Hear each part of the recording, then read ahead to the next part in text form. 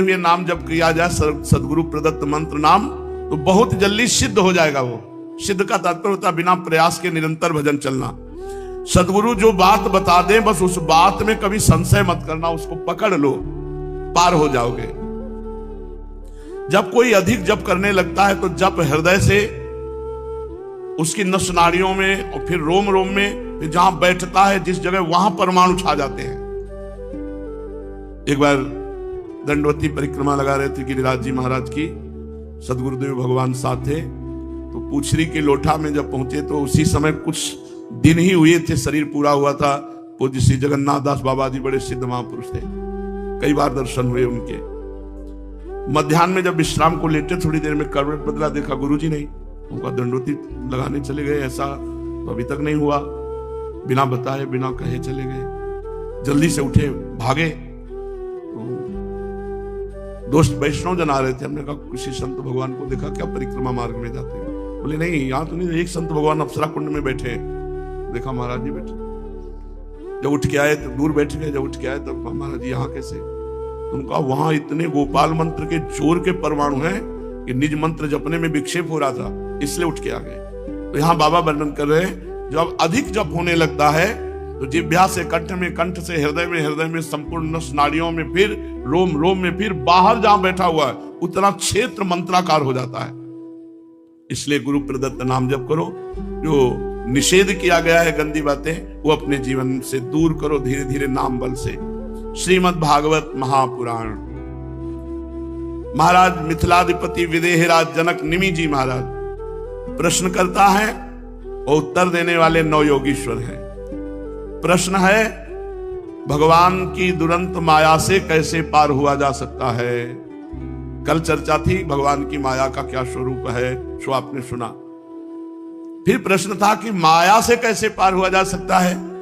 तो श्री प्रबुद्ध जी महाराज कहते हैं कि पहले सदगुरु का वर्णन करें। प्रायः शिष्य के लक्षणों के वर्णन मिलते हैं, यहां सदगुरु के वर्णन किए। सदगुरु कैसे होने चाहिए?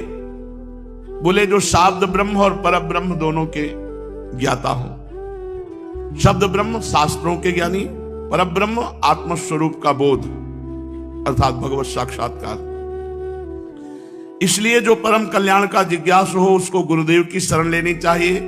गुरुदेव ऐसे हों जो शब्द ब्रह्म वेदों के पारदर्शी विद्वान हो, जिससे वे ठीक ठीक समझा सकें और साथ में ही पर ब्रह्म की अनुभूति से युक्त हो, ताकि वो अपने अनुभव की रहस्य की बातें शिष्य को बता सके। गुरुदेव का चित्त शांत हो, द्वंद्वातीत स्थिति हो, व्यवहार के प्रपंच में विशेष प्रवृत्त नहीं होना चाहिए। गुरु शिष्य का संबंध है संसार से मुक्त होने का, और अब इसको प्राय व्यापार बना लिया गया। हर संबंध में स्वार्थ बुद्धि घुसती चली जा रही, जिससे हर संबंध दूषित होता चला जा रहा है। जिज्ञासु को चाहिए कि सदगुरु को ही अपना परम प्रीतम, अपनी आत्मा, अपना इष्ट देव माने, निष्कपट भाव से गुरुदेव की सेवा करे और गुरुदेव की आज्ञा में रहकर भक्ति भाव के साधनों की क्रियात्मक शिक्षा ग्रहण करे। देखो, शिष्य वही है जो गुरु के मनोभाव को समझे। क्रियात्मक शिक्षा, इस समय भोग लगाना, इस समय ऐसा, इस समय। तो कभी कभी ऐसा पाया जाता है कि अपनी रुचि के अनुसार सेवा करना और गुरु जी की रुचि के अनुसार या इष्ट देव की रुचि के अनुसार सेवा, बड़ा अंतराय हो जाता है। अपनी रुचि के अनुसार सेवा करने पर जो आपको सुख होता है वो स्वसुख है, और गुरु जी या इष्ट देव की रुचि के अनुसार जो सेवा की जाए वो तत्सुख है। तत्सुख ही हमारी सिद्धि है। तो निष्कपट भाव से गुरुदेव की सेवा में रहना और उनसे भक्ति के साधनक जो क्रियात्मक शिक्षा है उसको ग्रहण करना।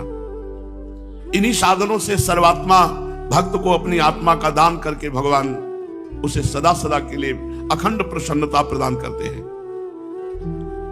पहले शरीर से ममता हटाना सीखे गुरु चरणों में। गुरु चरणों में ऐसी प्रीति करे कि अपने शरीर की ममता न रह जाए। जहां खड़ा कर दिया, खड़ा कर दिया। जहां आप ये सच्ची समझो, अगर भगवान अपने प्रेम में अपने आप को छुपाए नहीं और खोल देना, तो आप भगवान का अनादर कर दोगे। आप अनादर कर दोगे, अनादर कर दोगे, अपमान कर दोगे। पक्का 100% लिख के कह रहा हूं। यदि भगवान अपने को माया के पर्दे से ना ढके और आप जब तक विकल नहीं हो जाते, प्राण त्यागने की स्थिति नहीं आती, तब तक वो सामने नहीं आते। अगर वो ऐसे ही सामने आ जाए तो अगर उनका अपमान न कर दो, उनकी अवहेलना न कर दो, तो कहना अधिक प्रीति से मात्र बुद्धि अंतर्ध्यान हो जाती है।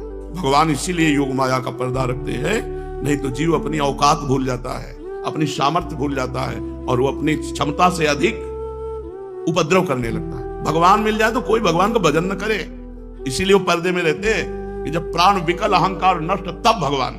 गुरु जब क्रियात्मक शिक्षा दे तो उस समय अपने अहंकार को थोड़ा शासन में रखना चाहिए। ऐसे से ऐसे हम कह रहे हैं, वो कह रहे हैं काजल यहां लगाओ, लगाओ काजल।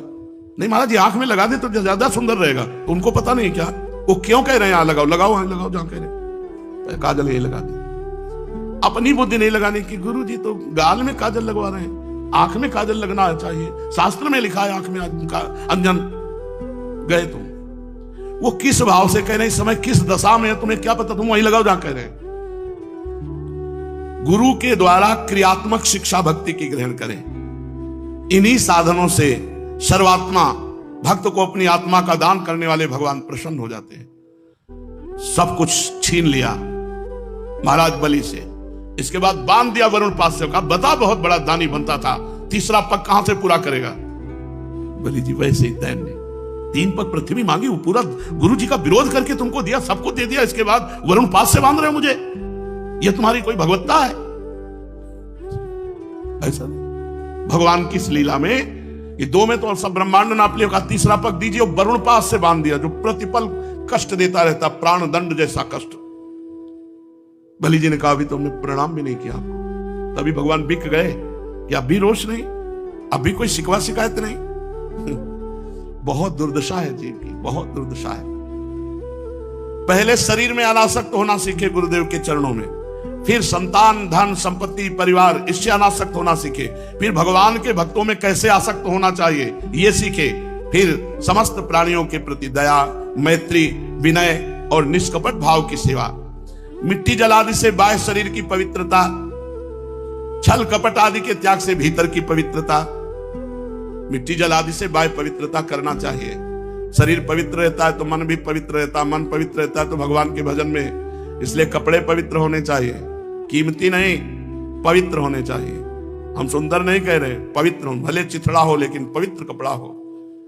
अगर पवित्र वस्त्र है, पवित्र शरीर, तो आप खुद देखोगे परम पवित्र भगवान का सहज में स्मरण होता है। ये जो अपवित्र रहते हैं, मिट्टी जल आदि से शरीर की पवित्रता और छल कपट आदि के त्याग से भीतरी पवित्रता, और धर्मानुष्ठान के लिए कष्ट सहना, जैसे सर्दी का समय है, रात्रि में उठ जाना, स्नान करना, स्नान करके आना, सत्संग सुनना, कष्टप्रद जीवन। यत तज्ञ विस्मय परिणामे अमृतोपमम। जो धर्मानुष्ठान के लिए कष्ट सहता है वही तपस्या है, यही परम तपस्या है कि अपनी नियमावली के लिए धर्मानुष्ठान के लिए हम कष्ट सहे। सहनशीलता, जब आप अपने धर्मानुष्ठान में चलेंगे तो आपको कोई विनोदास्पद शब्द कहेगा, कोई उपहासास्पद कहेगा, बड़े भगत बनते हैं या कुछ भी ऐसा, उसको सहन करो। आपको कोई प्रतिकूलता या कोई अपराध जनित बात करता है आपसे, आप चुपचाप सहन करो। सहन करना ही तपस्या होगी। तो धर्मानुष्ठान का पालन करने से, जो भी हमारी प्रतिकूल परिस्थिति उसको सहने से और मौन रहने से। आप गीजर के पानी से स्नान करते हैं, आपको ये कमजोर करता है, आपकी क्षमता को कमजोर करता है, शारीरिक सहनशीलता को कमजोर करता है। थोड़ी देर 1-2 मग्घा तो ठंडा पानी जाकर के एकदम विचलित करेगा, लेकिन फिर बाद में घंटों तक आपको आनंद देगा। सर्दी सहने के साथ, और गीजर से नहा के निकलो तो आपका शरीर कांपने लगेगा। बाहरी शक्ति जब सर्दी लगेगी तो क्षमता नहीं आपकी सह सको। कोशिश करो ज्यादा गर्म पानी से ना नहाओ। एक बच्चा है अभी, वो ठंडे पानी से नहीं, हम लगवा देते हैं, नहीं हमें जरूरत नहीं, बड़ा आनंद आता है ऐसे। आप अभ्यासरत रहो, अभ्यास करो अपने साधन मार्ग में कष्ट सहने का। फिर मौन रहना चाहिए। मौन से बहुत लाभ मिलता है, अपने भी कोशिश करते हैं, मौन से बहुत लाभ मिलता है। एक तार भजन करने का सुख मिलता है। आप लोग भी अभ्यास करो जितना मौन रह पाओ। और स्वाध्याय, शास्त्र का नित्य स्वाध्याय होना चाहिए। जैसे आप गीता जी के 10 श्लोक पढ़े, भागवत के 10 श्लोक पढ़े, रामायण की 10 दोहा पढ़े, अर्थ सहित पढ़े, भाव समझे। रोज शास्त्र का स्वाध्याय करो। सरलता, आपके व्यवहार में छल कपट नहीं होना चाहिए, सरल व्यवहार होना। संत सरल चित जगत हित जान स्वभाव स्नेह, बाल विनय सुन करि कृपा राम चरण रति दे। जो साधुता का स्वरूप है वो सरलता है, जो मन में वही वाणी में, जो वाणी में वही तन में है। ब्रह्मचर्य, जहां तक हो सके ब्रह्मचर्य का पालन करें। अहिंसा, मन वाणी शरीर से किसी को दुख ना पहुंचावे। सर्दी गर्मी सहना, ये बहुत आवश्यक है। खान पान, शौच लघु शंका, साधक इस पे संयम रखता है।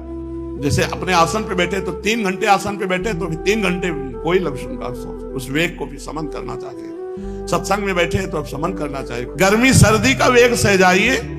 शौच लघु शंका का जब आसन में बैठे पहले से निवृत्त हो जाओ, पहले से निवृत्त हो जाओ कि अब जैसे सत्संग शुरू होने वाला है तो आप लघु शंका चले जाओ 10 मिनट पहले। घंटा 1.5 घंटा सत्संग हुआ फिर आप चले जाओ, फिर घंटा 1.5 घंटा वाणी पाठ हुआ फिर आप भागने चले जाओ। सर्दी गर्मी सहो, शौच लघु शंका के वेग को उस समय जब सत्संग में हो या पाठ में हो। और सुख दुख को सहो, देखो सहन करना ही साधुता है। हर्ष और विषाद को सहो, तुम्हारे अनुकूल हो तो हर्ष, विषाद हो तो मुंह हिलगा लिया। प्रतिकूलता में सर्वत्र, सब देश, सब काल, सब वस्तुओं में भगवान विराजमान है। अपने अनुकूल हर्ष, प्रतिकूलता में विषाद, ये साधक का लक्षण नहीं। अनुकूलता और प्रतिकूलता में समान भाव रखना। सर्वत्र, समस्त देश काल वस्तु व्यक्ति में एकमात्र ईश्वर विराजमान है, ऐसा देखना। ये मेरा घर है, ऐसा कभी भाव न रखना। ये भगवान का घर है, मैं इसमें सेवा में रहता हूं, ऐसा भाव रखना। गृहस्थ हो तो पवित्र वस्त्र पहनना, और त्यागी हो तो फटे पुराने पवित्र चिथड़े, जो कुछ प्रारब्ध के अनुसार मिल जाए उसी में संतोष करना चाहिए। गृहस्थ हो तो पवित्र वस्त्र पहनना। हमें लगता है कि जिन जिन को हमारी आवाज कानों में सुनने को मिल रही हो, शौचालय उतने ही कपड़े पहन के जाओ जितने धो सकते हो। पवित्र रहो, पवित्र रहने से तुम्हारी बुद्धि पवित्र रहेगी। ये जो ऐसे शौच हुआ है, सब पैंट शर्ट पहने और वैसे सब घूमते रहते, पूरा घर अपवित्र रहता है, इनका भोजन अपवित्र, इनका संभाषण अपवित्र, इनका जीवन अपवित्र रहता है। पवित्रता अति अनिवार्य है। वैसे प्रार्थना है जहां तक हो सके घर का भोजन करने की चेष्टा करो, स्वयं रोटी दाल बना लो। ये ज्यादा चाट चूट में मत पड़ो, नहीं तो जीवन चट जाएगा, माया चाट लेगी, पूरी आयु को चाट लेगी, पूरी श्वासों को। प्रारब्ध के अनुसार जो मिल जाए उसी में संतोष होना चाहिए। अरे अच्छा भोजन करो, दंड बैठक मारो, सब ठीक रहे। व्यायाम अत्यंत आवश्यक है परमार्थ के साधक को। और खान पान बहुत संभाल के। आज हमारा जो खान पान है वो आधुनिकता की तरफ बढ़ता जा रहा है, स्वाद की तरफ बढ़ता जा रहा है। ये बहुत हानिकारक है, अच्छी बात नहीं। मूंग की दाल, अरहर की दाल, रोटी, चावल महाप्रसाद हो गया, थोड़ा सलाद हो गया, टमाटर है, वो जिससे मूली है, खीरा है, ये पवित्र चीजें खाओ, भजन करो। तो ये भोजन की ऐसी प्रणाली बनाओ जिसको देखकर भगवान की याद आवे। भोजन पा रहे हो और उसकी प्रणाली भले आप शुद्ध बनाओ, लेकिन प्रणाली उसकी अशुद्ध है, उसको देख करके अशुद्ध वस्तु में याद आती है तो नहीं खाना चाहिए, वो बुद्धि भ्रष्ट कर देंगे। सुख दुख, हर्ष विषाद रहित होना, सर्वत्र श्री भगवान है ऐसा देखना, और अपना घर है ऐसा कभी न मानना। ये भगवान की कुटिया है, मैं इसमें सेवक हूं। गृहस्थ हो तो पवित्र वस्त्र पहनना, और त्यागी हो तो फटे पुराने चिथड़े पहनना। त्यागी हो तो फटे पुराने, बस शरीर ढकना है ऐसा कपड़ा होना चाहिए। प्रारब्ध के अनुसार जो कुछ मिल जाए उसी से संतोष करना। भगवान की प्राप्ति का मार्ग बताने वाले शास्त्रों में श्रद्धा करना। दूसरे किसी शास्त्र की या संत की या भक्त की निंदा ना करना। थोड़ा प्राणायाम जरूर करना। देखो, प्राण पोषण के लिए जैसे अन्न जल आवश्यक है, ऐसे वायु भी आवश्यक है। तो वायु का संशोधन करने से 24 घंटे हमारी जो नस नाड़ियां नहीं काम में आ पाती, प्राणायाम के द्वारा वो भी आते हैं। हमारा लक्ष्य प्राणायाम से योग नहीं है कि अष्टांग योग की तरफ हम प्राणायाम शरीर को स्वस्थ करके भजन 15 मिनट जरूर करो। मुख प्रसन्न तन तेज विराजा कीन्हे रामचंद्र कर काजा। अरे इंद्रियों को संयम में रखो, भगवान का आशा ही परमम दुखम नैराश्यम परमम सुखम।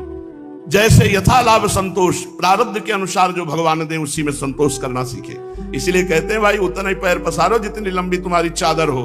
चादर से ज्यादा लंबी तो फिर परेशानी आ जाएगी।